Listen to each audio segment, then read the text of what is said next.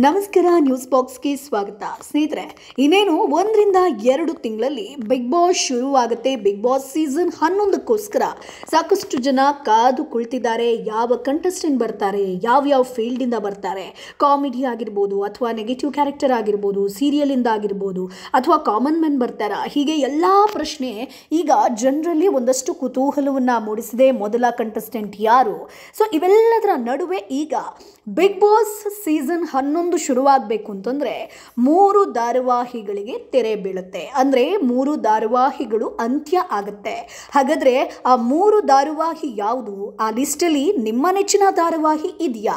ಇವೆಲ್ಲದ್ರ ಬಗ್ಗೆ ಹೇಳ್ತೀನಿ. ಅದಕ್ಕಿಂತ ಮುಂಚೆ ನಮ್ಮ ಚಾನಲನ್ನು ತಪ್ಪದೇ ಸಬ್ಸ್ಕ್ರೈಬ್ ಮಾಡಿ. ಸ್ನೇಹಿತರೆ, ಕಿರುತೆರೆಯ ಅತ್ಯಂತ ಜನಪ್ರಿಯ reality show Bigg Boss. So Bigg Boss season ಮುಗೀತಿದ್ದಂತೆ ವೀಕ್ಷಕರು ಮುಂದಿನ ಸೀಸನ್ಗಾಗಿ ಕಾಯ್ತಾ ಕುಳಿತಿರ್ತಾರೆ. ಸೊ ಇದೀಗ ಸೀಸನ್ 11ಕ್ಕೆ ಕ್ಷಣಗಣನೆ ಆರಂಭ ಆಗಿದೆ. ಸೊ ಬಿಗ್ ಬಾಸ್ ಸೀಸನ್ 11ಕ್ಕೆ ಎಲ್ಲ ರೀತಿಯ ತಯಾರಿ ನಡೆಯುತ್ತಿದೆ ಅನ್ನುವಂಥ ಮಾತುಗಳು ಕೇಳಿ ಬರ್ತಾ ಇದೆ. ಸೊ ಸ್ಪರ್ಧಿಗಳನ್ನು ಕೂಡ ವಾಹಿನಿ ಬಹುತೇಕ ಫೈನಲ್ ಮಾಡಿದೆಯಂತೆ. ಈ ಪಟ್ಟಿಯಲ್ಲಿ ವರುಣ ಆರಾಧ್ಯ ಆಗಿರ್ಬೋದು ಅಥವಾ ಭೂಮಿಕಾ ಬಸವರಾಜ್ ಆಗಿರ್ಬೋದು, ಅಂದರೆ ಇವರೆಲ್ಲ ಸೋಷಿಯಲ್ ಮೀಡಿಯಾದಲ್ಲಿ ತುಂಬ ವೈರಲ್ ಆಗಿರುವಂಥ ಒಂದಷ್ಟು ಮುಖಗಳು ಅಥವಾ ಹೆಸರುಗಳು ಅಂತ ಹೇಳ್ಬೋದು. ಸೊ ಸೀರಿಯಲ್ ಅಂತ ಬಂದಾಗ ಬೇರೆ ಬೇರೆ ಹೆಸರುಗಳು ಕೇಳಿ ಬರ್ತಾ ಇದೆ. ಸೊ ಯಾರು ಬರ್ತಾರೆ ಅನ್ನುವಂಥದ್ದು ವಾಹಿನಿ ಇನ್ನೂ ಕನ್ಫರ್ಮ್ ಮಾಡಿಲ್ಲ. ಒಂದಷ್ಟು ಜನ ಕುತೂಹಲಕ್ಕೋಸ್ಕರ ಸಾಕಷ್ಟು ಸೆಲೆಬ್ರಿಟಿಗಳ ಇನ್ಸ್ಟಾ ಪೇಜ್ ಆಗಿರ್ಬೋದು, ಫೇಸ್ಬುಕ್ ಪೇಜನ್ನು ಚೆಕ್ ಮಾಡ್ತಾನೆ ಇರ್ತಾರೆ. ಅಂದರೆ ಇಲ್ಲೆಲ್ಲಾದರೂ ನಮಗೆ ಕ್ಲೂ ಸಿಗುತ್ತಾ ಅನ್ನುವಂಥದ್ದು. ಸೊ ಹಾಗಾಗಿ ಅವರು ಕ್ಲೂ ಕೂಡ ಕೊಡೋದಿಲ್ಲ. ಯಾಕಂತಂದರೆ ಬಿಗ್ ಬಾಸ್ಗೆ ಎಂಟ್ರಿ ಆಗಬೇಕು ಅಂತಂದರೆ ಅವರದ್ದೇ ಆದಂಥ ಒಂದಷ್ಟು ನಿಯಮಗಳು ಇರುತ್ತೆ.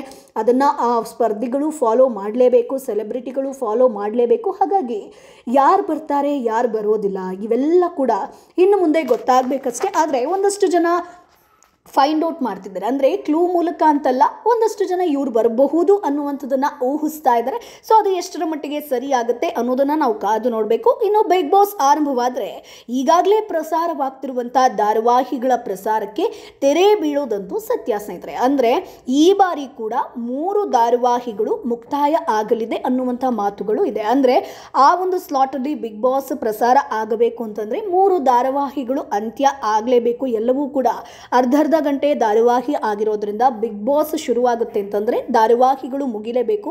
ಸ್ಲಾಟ್ ಚೇಂಜ್ ಆಯಿತು ಅಂತಂದ್ರೂ ಕೂಡ 2-3 ಧಾರಾವಾಹಿ ಅಂತ್ಯ ಆಗೋದಂತೂ ಕನ್ಫರ್ಮ್. ಸೊ ಕಲರ್ಸ್ ವಾಹಿನಿಯಲ್ಲಿ ಪ್ರಸಾರವಾಗ್ತಿರುವಂತಹ ಕರಿಮಣಿ, ಅಂತರಪಟ, ಕೆಂಡಸಂಪಿಗೆ ಧಾರಾವಾಹಿಗೆ ವಾಹಿನಿ ಒಂದು ಶೀಘ್ರದಲ್ಲೇ ಅಂತ್ಯ ಬರೆಯಲಿದೆ ಅನ್ನುವಂಥ ಮಾತುಗಳು ಕೇಳಿ ಬರ್ತಾ ಇದೆ. ಸೊ ವಾಹಿನಿಯ ಬೇರೆ ಧಾರಾವಾಹಿಗೆ ಹೋಲಿಸಿದ್ರೆ ಈ 3 ಧಾರಾವಾಹಿಗಳ TRP ತುಂಬ ಕಡಿಮೆ ಇದೆ. ಸೊ TRP ರೇಸ್ನಲ್ಲಿ ಬಹಳ ಹಿಂದೆ ಇದೆ ಈ 3 ಧಾರಾವಾಹಿ.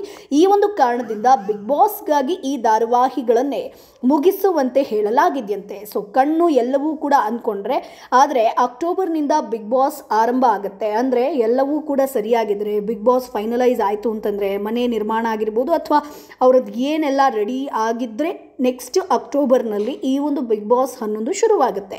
ಅಂದರೆ 2 ತಿಂಗಳಲ್ಲಿ ಈ ಧಾರಾವಾಹಿಗಳಿಗೂ ತೆರೆ ಬೀಳಲಿದೆ.